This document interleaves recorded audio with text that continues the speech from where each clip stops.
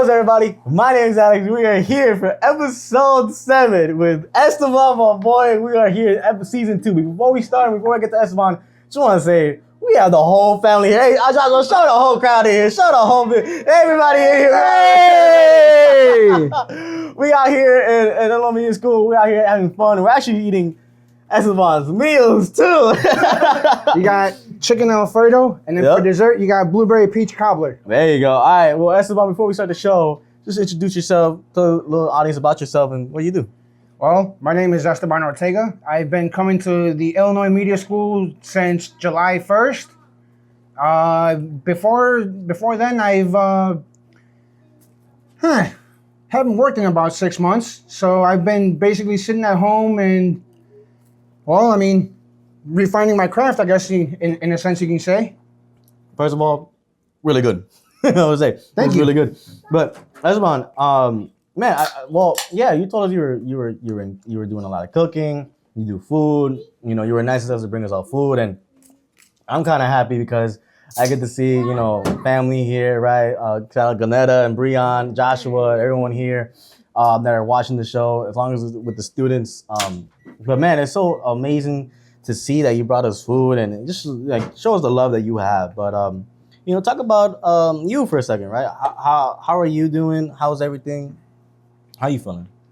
Well, as far as right now, things are a little rocky. I'm not gonna lie, but what other choice do I have but to keep going?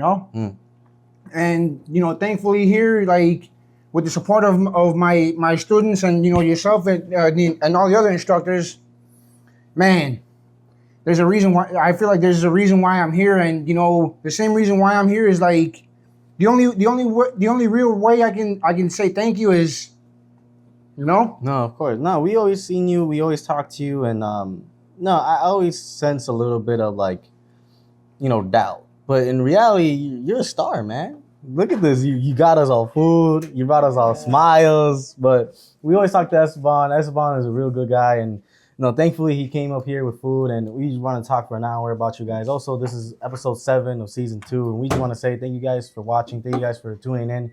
Thank you guys for showing all the support. Double D, Adam, Amanda, everybody that's been on the show so far that you guys are going to see next week. But this is amazing. This is awesome. And I just want to say thank you so much, Esteban, for bringing this. Hey, man. The only thing I can say to you guys is thank you for one. Like, before I got here, yeah, there was a period in time when I was cooking my ass off because it's basically the only thing that would keep me like away from all the other ways my mind can go and all that, which isn't really the most positive. So the only other way I could really like keep myself going is just cooking, and it's honestly, I gotta say thank you because I wasn't like, ever since I got in here, I've always been one of those guys that like, I know what I'm doing, as far as cooking and all that, but okay, going throughout my entire day, it's like, okay, I gotta go to school, then I gotta go to work. Coming back from work, it's like, oh, like I'm hungry. I don't want to cook. I'm gonna go ahead and just make myself something frozen. But with you, it's like you when you told me about the ZX show and how you wanted me to be a guest, I felt like that was a bit of a challenge to where it's like, okay, like you want me to be a guest, you want me to bring my food, so you want me to cook. And honestly, I gotta say thank you because if it wasn't for you, cooking is one of them things I know I've always been really good at. But it's just been one of those things where it's like, I'm really good at it. I don't want to do it today, though. And, I'm not going to lie, it's been more of like a mental illness, like mental health kind of, self-doubt and all that. Mm-hmm. But with you, it's like, you're kind of reminding me of where I came from and who I really am. So, thank you for that one. Be proud of yourself. Look, that's a lot of the reason why I want to do the show, too, was to just tell you, like, you're a superstar. Don't doubt yourself. Don't think that things are not going your way and you're gonna bring yourself down with it. I think showing this really, like, everyone's here is enjoying a meal that you cooked up, that you put your heart and soul into, you put your blood, sweat, and tears, and we're all just thankful for you, thankful for bringing up this food. And man, Tell us though, where did that started? Where did that self doubt started? Mm, honestly, it's been one of those things where it's like growing up as a kid, my family was always like really, really like close knit. My cousins were always like best friends with my brothers, and I've got two brothers and one sister. My cousins would always like flock to them and like, hey, like you're really good at video games. Like I want you to be my partner, and it's like everyone's got their designated partner, and here I am like, hey, I'm right here too, guys, right? Like always been feeling like basically like the kid who would always get picked last in the kickball game, Mm. which to everyone else it's like, oh, ha ha ha, look at him, he's over there standing alone in the corner. But again, like you guys are sitting there making fun of me, or like like pointing at me and laughing at me because I'm alone. But come on, man, like like being alone is never not fun. You know what I'm saying? Yeah, It's never no. very fun, and I'm pretty sure you know Yeah, how it I feels. think the loneliness part does get to, and I was suffering with that too. Like being in a house full of noise, you can still feel alone, and then that was me. Being in a house full of like people, and especially in my culture, it was never a quiet house. It was always, and especially our culture, right? It was always a loud house, a loud environment. There's things going on, with family, your mother and father, but you can always still get lonely even there's noise. And to me, how I dealt with that was I had to understand that one, I found God, and that was a big part of it. And I always say I found God, but the other part of it was I had to show myself to other people that might actually listen to me. Maybe in this area where I'm at, people won't respect me. People won't listen to me. But if I move somewhere else, that's where I'll find myself. That's where I'll find my people that I don't feel too much alone with.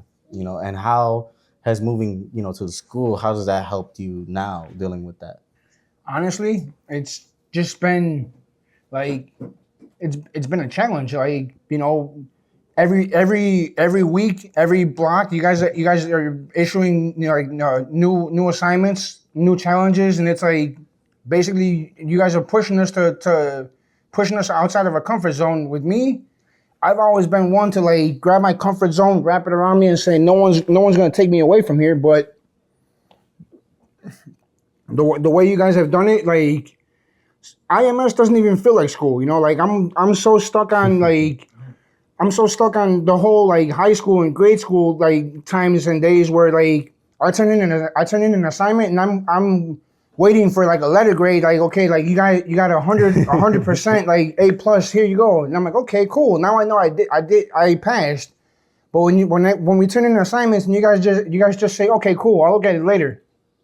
um is it good, is it bad? And before you know it, I'm going home like, oh my god, oh my god, oh my god, oh my god, oh my god, when it's really not that much of a big deal. Mhm. Yeah, because here's the one thing I would say. With me, I don't do that. Don't do that. You got Joshua. He must do it now. Joshua knows. Give it that. Give it that assignment. But no, I see that part of like challenging because I feel like when we first talked and everything, you were very open to what you've been through, and you were very open. You're opening those doors to a lot. And every time I spoke to you, and even like, Adam, or like even people like, Glenetta and Breon, you can't really tell with these people, and so, you guys tell me some things, it hurts, right? It hurts, but it also is like, okay, it hurts, but knowing that they're speaking about it is the first step to knowing that they're going to get through it, you know? And you've been speaking a lot. And I know one day you will actually get through this. Whatever you're going through mentally, you will actually get through it. And I hope you telling your story, and I hope you telling what you've been through, and telling what you've been with your family and all that really helps inspires people to be like, you know what, if he's still rocking, he's still pursuing his career, he's still going to school, he's still doing his thing, you should be really proud of that. People are gonna realize, people are gonna see that even if I'm lonely and even if I'm doing this or I can't do this, the fact that I'm still pushing, the fact that you're still getting up, the fact that you get up earlier than anybody else here, like 8 o'clock, you're here. and the school starts at 10, 7 o'clock. There you go. 7:30. 7:30. He's here before the program director comes here. And hi, Ruth. and to know that you're pushing yourself this hard, where did that come from? It's honestly all just anxiety. It's all like just a bunch of like mental anxiety that comes from when I was younger. Like basically, I feel like I never had a break when I was younger. It's always, like get up and go. Like I'm pretty sure you've experienced this before, where like waking up in the mornings, you're like, I don't know how old you were, or if you would be working with your dad at a younger age like I was. Yeah. I was about like, I'd say between the ages of 7 and 10. My dad would wake me up in the morning and take me out to go do construction and work with power tools and do all sorts of things that I had no clue as to what I was doing, and I couldn't ask any questions. Like I was automatically like just. My dad would say, "Hey, I need you to cut me a 3-inch piece of wood. You know what 3 inches looks like?" Yes. And next thing you know, like it would come out slightly shorter or like nowhere near 3 inches, and instead of being like, okay, yeah, like cool, like let's work on it. Then came the mental and physical abuse, and it was never really fun, especially when you don't know why you're being abused and why you're being like tormented the way you were, And now that you're older, like, and that must have really sucked for you. But now that you're older, what do you do now to escape from that? Well, I mean, I cook. I come to school. That's honestly part of the reason why I'm here so early in the morning, is because I feel like there's so much like chaos and so many things going on at the house right now that it's like my only way of like basically you can't yell at me if I'm not at home. So why, like, I'm gonna get up in the morning even before anyone else does, and before you know it, I'm out the door. Hey, where's Esteban? I don't know. Basically, like, I guess you can kind of say I know it's not really good or not very. I mean, people say it's not possible, or it is possible, but I don't think it's a very good thing to do. Basically, I run and hide from my problems. Where am I running and hiding? School. So it's like I'm basically taking myself out of a problem, putting myself into a more productive problem, to where it's like I have to figure this out before someone comes back and says something. No, I got to figure this out for my own good now. But have you gave your time to reflect? Reflections are one thing. Well, I mean, I did my reflections today. Ruth. Well, no, I mean, like, a lot of trauma really stems from, and it's scientifically proven, a lot of trauma just trickles down from your parents, right? Or your family, or anything like, or even just somebody, right? Somebody that's done something bad for you when you were younger, and it trickles down to you when you get older, right? Even when you're older, some things happen to you when you're older, and it's just like traumatic. But for you, it's like, I feel like you haven't gave yourself time. I feel like you get so busy, you get caught up, you haven't gave yourself any time. I honestly, like, I don't, and you're right about that, because I don't do any self-reflecting. Like I don't do any self-affirmations, self-reflecting. I don't do any of that, and it's because like a lot of people say, like talk to God and reach out to God, and I know He's there, because without Him I wouldn't be here. But a lot of the times it's more like I feel like I'm kind of like looking for a more like a physical, like a verbal response, to where, again, I don't mean any disrespect, but I could be like, man, like, I hope, like,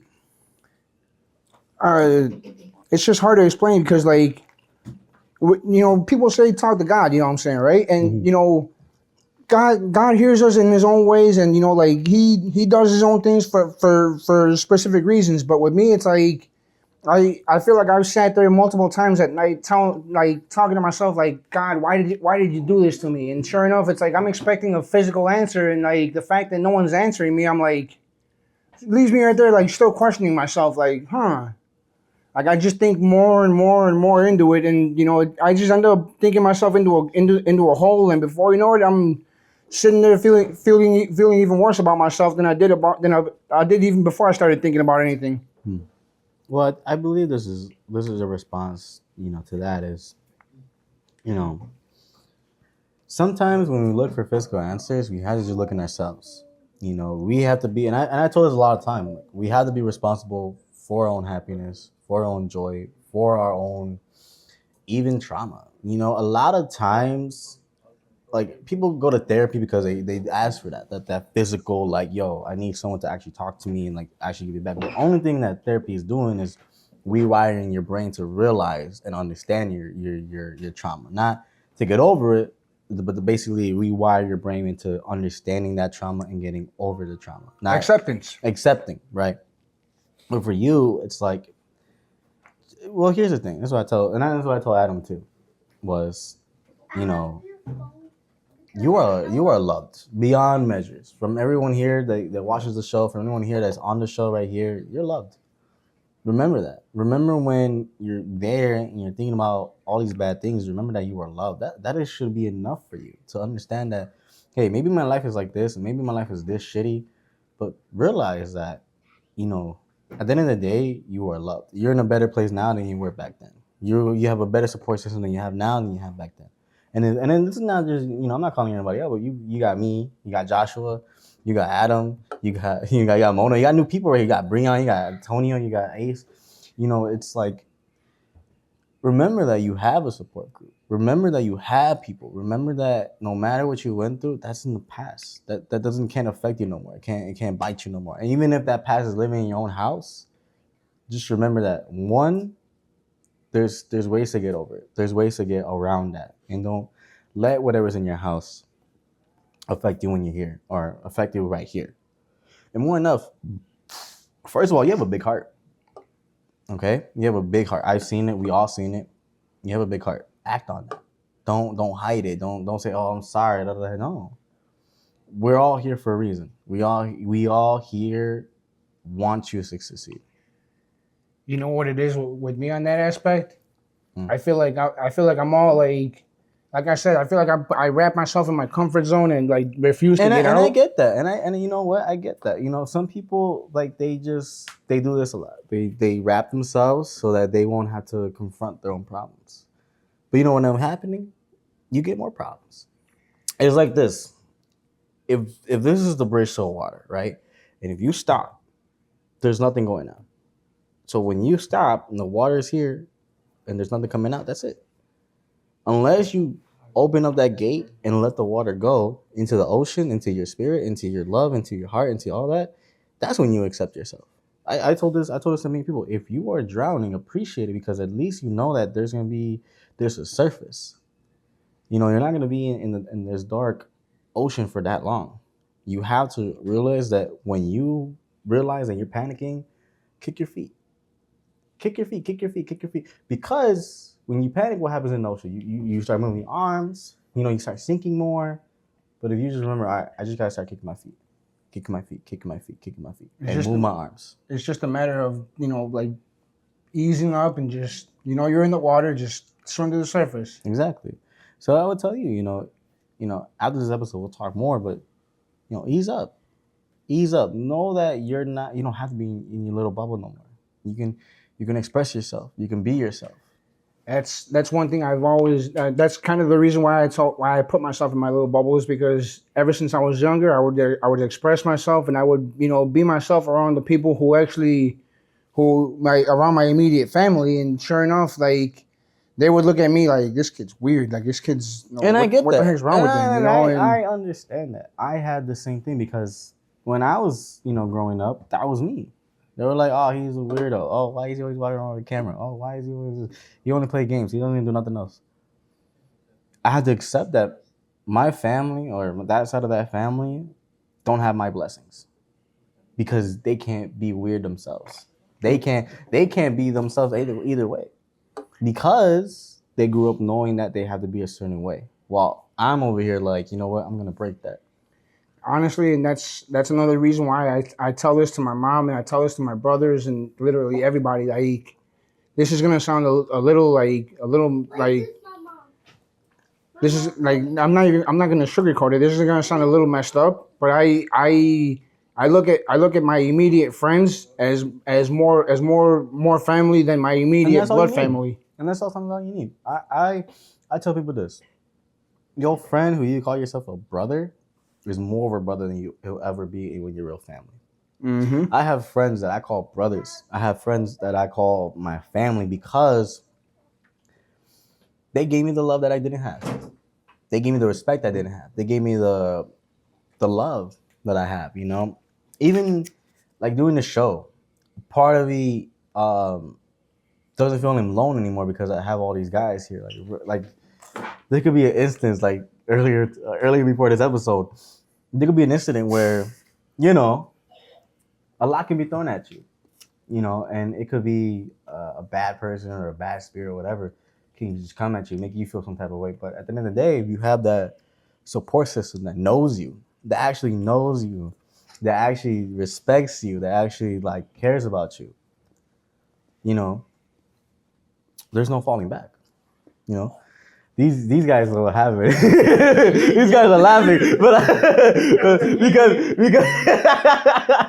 these guys don't stop. But look, all I say is this: to me, it means a lot. Like this morning, I'll say this, and I'll try not to choke up on this, but seeing Breon and his mom and his son today touched my heart. It touched my heart because I was just talking to these two like last week, and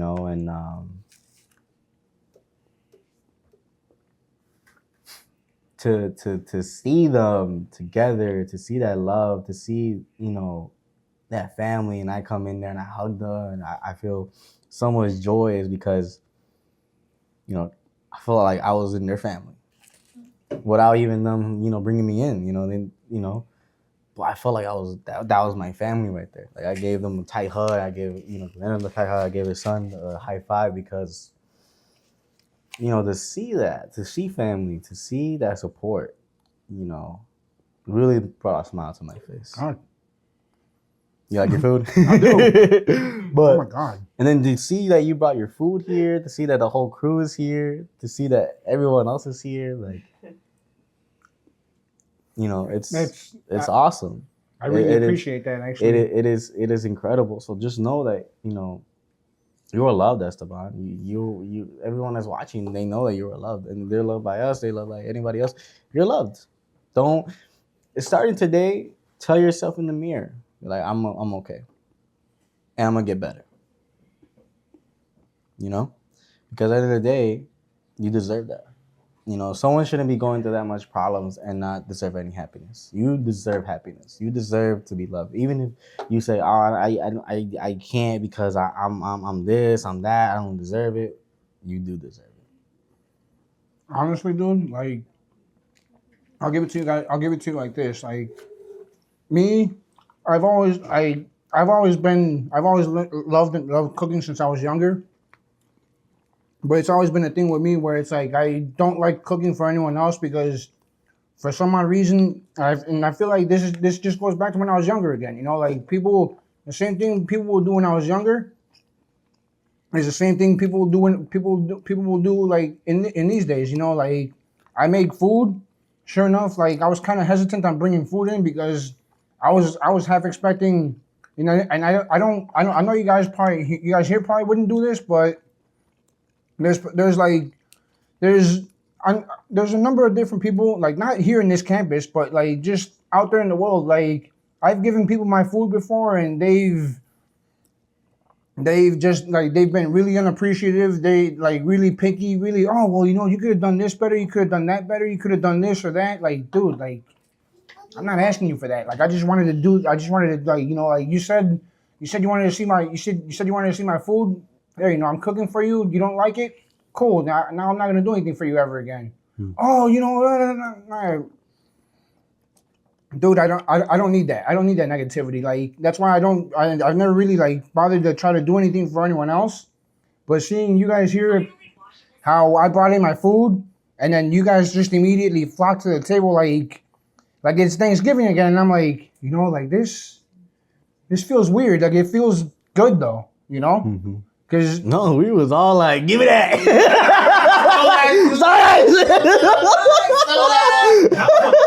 That was a full plate. Yeah, we was like, give me that. Give me all that. Come on, bro. Full. It was like 2 minutes. First of all, yeah, look, this was full. This whole tray was full. Stop that. No, that's fine. Like, truthfully, we are very appreciative that you came here, brought us food. Like everyone else, it's awesome that you brought us food. Like, no, for real, thank you so much. Thank you so much.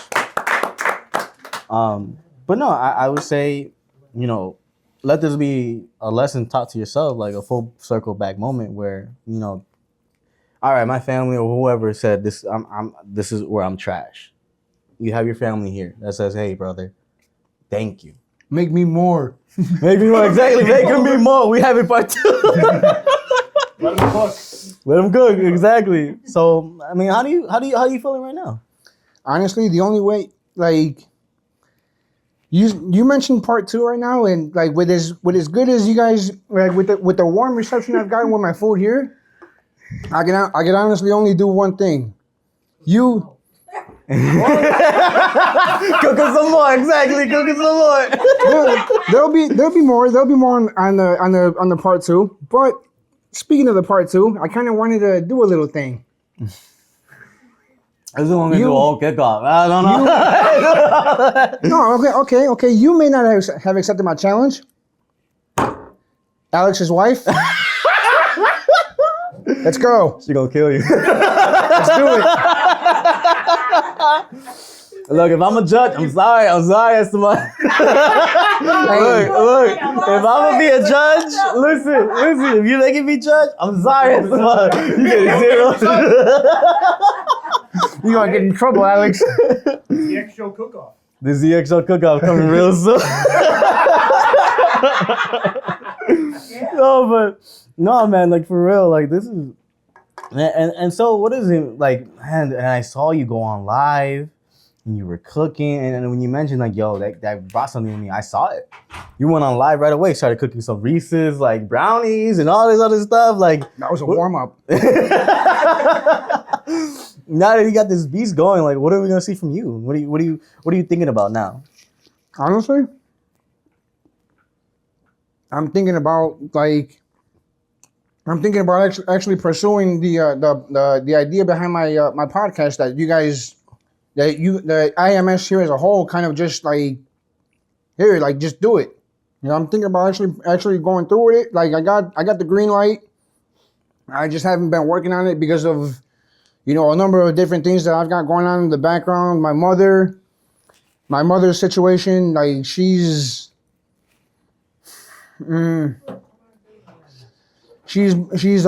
basically handicapped, and I'm basically been the one to have to carry her around everywhere. So between working at home, working over the weekends, and then when I'm either not at home working and I'm not working over the weekends, I'm here working on a number of different projects. I've got a lot of things going on, and it's like I need time to sort things out. But again, dude, I really want to just thank you because had it not been for you, like telling you, bro, like you having thrown the idea out there of you wanting to try my food, it's like okay, like We was all excited. We was like, yes, bring that. I guess I got to bring out Chef Esty again, and Yeah, man. he's here. And then you spoke about your mom. How's your relationship with your mom? How does she see you cook? Like, what was she the one that tasting your food, or My mom, man, my mom is basically the one who kind of like my family. Growing up as a kid, my family. I've got 2 brothers and 1 sister, as I mentioned earlier. My brothers were always outside with my dad in the garage. Either cutting the grass, working on the car, doing something outside in the garage, getting physical. me and my sister, we were always in the kitchen with my mom. I was the one licking the spoons. And my sister basically like helping my mom out, cooking, cleaning, and doing all that. It kind of that's where I guess like you can say the inspiration for like or the love I should say for the kitchen kind of started, and then came high school. I started smoking. Mm. So yeah, between my mother's between my mother's teachings and the munchies, I just stepped into a kitchen and said, "Hey, I'm craving blueberry peach cobbler." And sure enough, We made blueberry gobbler. You made it. Same thing with the Alfredo. I'm craving chicken Alfredo, and sure enough, there it is. It's growing up. It was an inspiration between my mother and the extracurricular activities that they were fun, but at the same time, not my most proudest moments. But at the same time, like at the end of the day, I took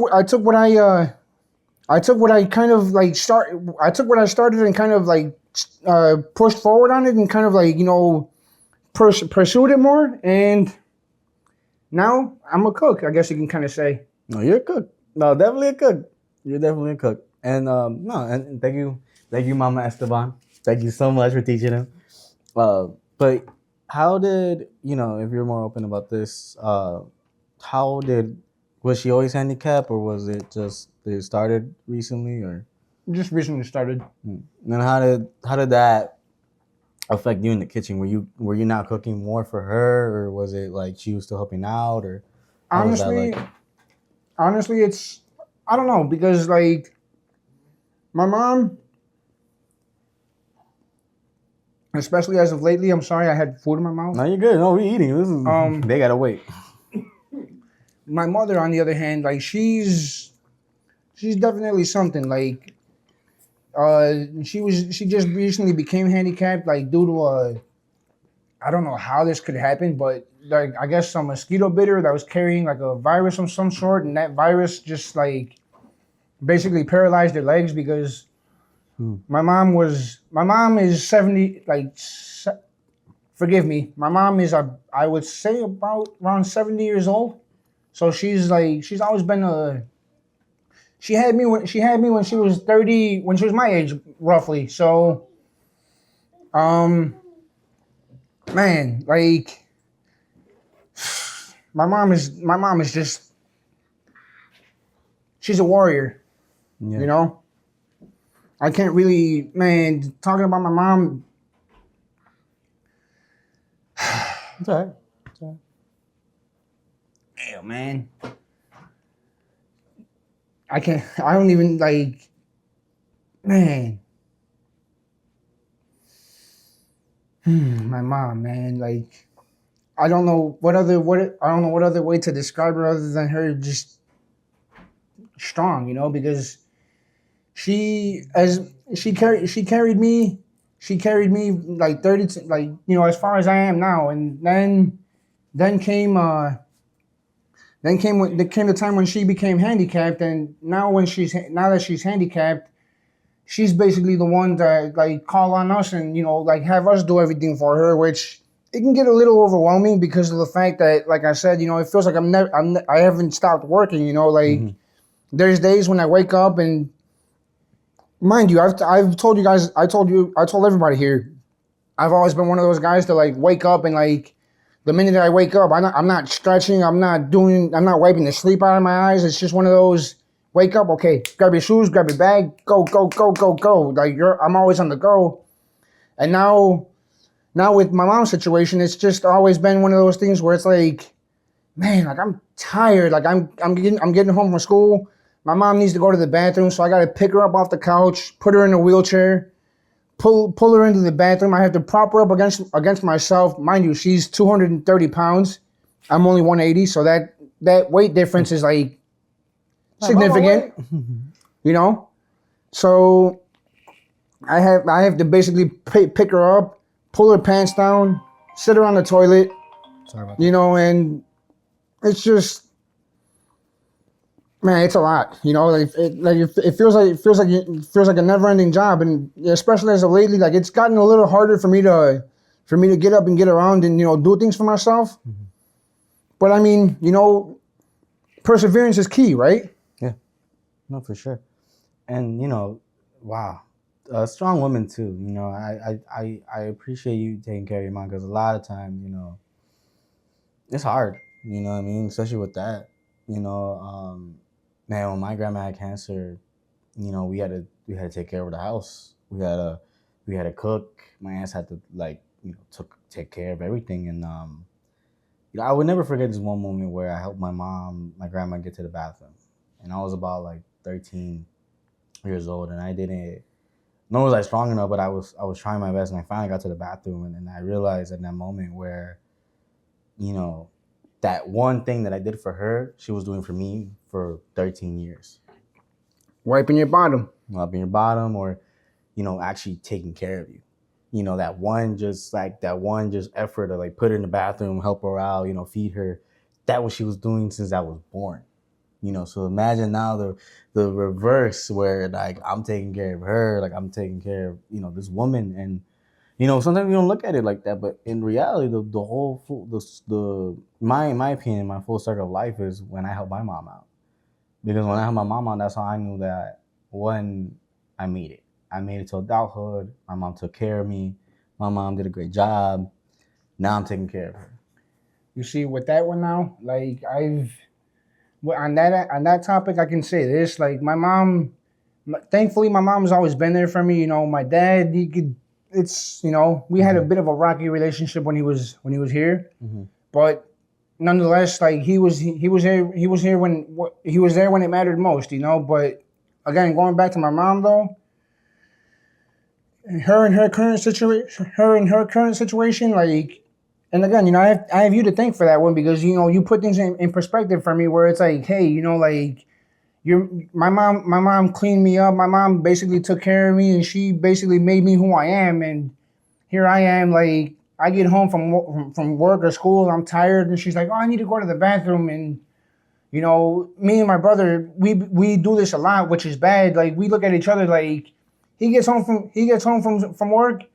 Oh, why can't Esteban take care of it? I get home from work or school. Oh man, why can't this person take care of it? And it's like my mom is sitting there like just waiting to go to the bathroom while we're sitting there complaining like, oh, I don't want to take you to the bathroom. I'm tired. My mom never told me she was tired when I needed something. Mm-hmm. So that kind of like that's humbling. And, like as messed up as it is for me to say, like I don't think like that as often as I should. And like, man, like it's just And don't feel bad. Don't feel bad. Listen, a part of growing up is realizing you're still growing up. A part of getting over something mentally is realizing that you're still in this. The moment when you get out of your bubble, the moment you start appreciating life for what it is, that's when you'll see the instant out of life. I didn't find God just to find God. I found God because he found me. And that's gonna happen. Moments like these, they're gonna find you. They're gonna help you realize that in life you have to look at it a different way. Because if we look at it on glasses for too long, we only get one perspective. That's it. When we put our other people's glasses, put on other people's shoes, and we try to walk a mile, we realize that like I can't do it. No, I'm blind as hell. But to really, for you saying that, just want to appreciate you for being on here. First of all, for cooking this. I really do want to appreciate you for cooking for this. But my message to you is, keep going forward. Don't stop. Whatever idea you have, do it. Don't let anybody tell you otherwise. I don't care who tells you it's stupid. I don't care if someone tells you that's bad or doesn't sound too good. Be you. Be you, and people will see. Like, because there's a lot of creators out there that been themselves and stay themselves, and you can be one of them. You can be. Everyone here is a producer because they're here to produce something. Everyone that goes into school are producers because they're here to produce.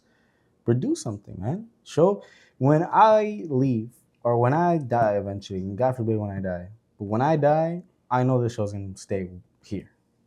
Meaning, I'm okay with that. Meaning, if I pass away, at least I know that my children or whoever can watch back on these episodes and be like, damn, that was daddy or that was granddaddy doing this at his age. Pass along the message. Pass along a message. You have to realize it like that too. Remember that what you leave here, what you create here, will live on for eternity, even after you're gone. Look at McDonald's. The owner of McDonald's can die tomorrow and boom. Still McDonald's is still here years later. It's still him. So create something, produce something. You know, I believe everyone in here that's been on the show or outside the show, all the students that I work with, I believe in each and every one of them because I know they all want to be a producer. They're here to produce. They're not here to just wing around and pretend they're something that they're not. They're here to produce. And I said that. They're here to produce. You know, none of us are here to just be like, all right, here, I'm cool. I'm gonna go to school and something's gonna land in my hands. No, it doesn't work like that. You have to produce. So produce. Even if you think it's trash, produce it. Let it be. Because once you get over that first step and you move on to the next, you're already winning. That's one thing I've always struggled with is criticism. Criticism, and that's another reason why I don't cook for very many people other than my own family because, yeah, you know, I look for, with the food, you know, I feed people and I tell them, hey, give me your harshest words, and you know, they sure enough they give me their harshest, and it's like, damn, like I don't shouldn't like have my asked food. you. Yeah, I shouldn't have ever asked you. You know, like that hurt. They criticize Christ, yeah. They crucified Christ. And that's my thing, you know, like criticism has always been the thing with me because like people have always criticized me because again I've always been growing up as a kid I've always been the angry one, you know. I'm always walking around with my fists balled up just ready for someone to say something smart so I could just, you know, and it's not a very good thing, you know, especially walking around like, you know, people tend to, especially if you carry it like the way I have. People have like grown to know me and like they see me and they like kind of trying to keep their distance because of the fact that like, oh, he's either too emotional or he's always aggressive, and you know, like I don't want anyone aggressive around me or whatnot, and you know, but thankfully I will say this, like growing up, being as angry as I was, my dad, and I have my dad to thank for this one because he put me on, or he saw the aggression I had, and he's like, you know what, my two older brothers, they did Boy Scouts. One of my brothers did Boy Scouts. The other brother did Taekwondo, and me. I was begging and pleading my family to put me in an extracurricular activity, and they're always afraid because of my emotional imbalance. Like I could either be aggressive, I could either be it's either too rough or too soft. There's no in between with me. So with that one, my dad seen that, he's like, you know what? I'm gonna embrace the aggression in you. He put me in the football. And before you know it, You're looking at a living, breathing version of Bobby Boucher. If you guys know who Bobby Boucher is, shout out to the Water Boy, Adam Sandler, my favorite actor of all time. Thank you, brother. Well, with that being said, man, thank you guys for watching. Thank you guys. This has been episode 7, season finale of season 2. Super excited for season 3. I have a lot more guests on the way. This episode is gonna be way underdue, so y'all gonna see it like in another week. But I just want to say to everyone watching, you know, thank you guys, and the people that have been on the show. You know, it means a lot to me that you guys are on the show. It means a lot to me that you are here. It means a lot. Thank to you. Me. Yeah. When you hear words thrown at you, you know, you don't want to think about them, but. You know, I saw a dark side today before we started the show, and it hurt, you know. But I realized that that you have to keep going. Either people will say something bad about you or say something so awful to you. You have to keep going. You have to bless those people. negative people can bring you down, but you have to bless them. Even if they're crazy, even if they're yada yada, but just bless them. Bless them and hope they find their way. Sticks and stones will break your bones. Words will never hurt. Exactly. And so to everyone that's been watching the show, and thank you guys for watching the show. Literally, thank you guys. Like, you guys been like in my comment sections. You guys been in my DMs. You guys have been like, telling the people on the show, like, yo, that episode really hit. Like, I didn't know this about you, but now that I saw that, I got more comfortable. Like, I had even guests that came on here and be like, yo, I feel much better. And I just want to say to everyone else, like, how much that means to me, because I feel much better knowing that you guys are feeling way better than what you were before. And to be this young, to hold that responsibility to produce something for other people to be helped out in this, it's a lot. And I just want to say to everybody, thank you. Thank you. And I love each and every one of you. And this is the ZX show. This is the only show that you will see that is not like the other ones. This is the only show that you will see that's gonna kick ass.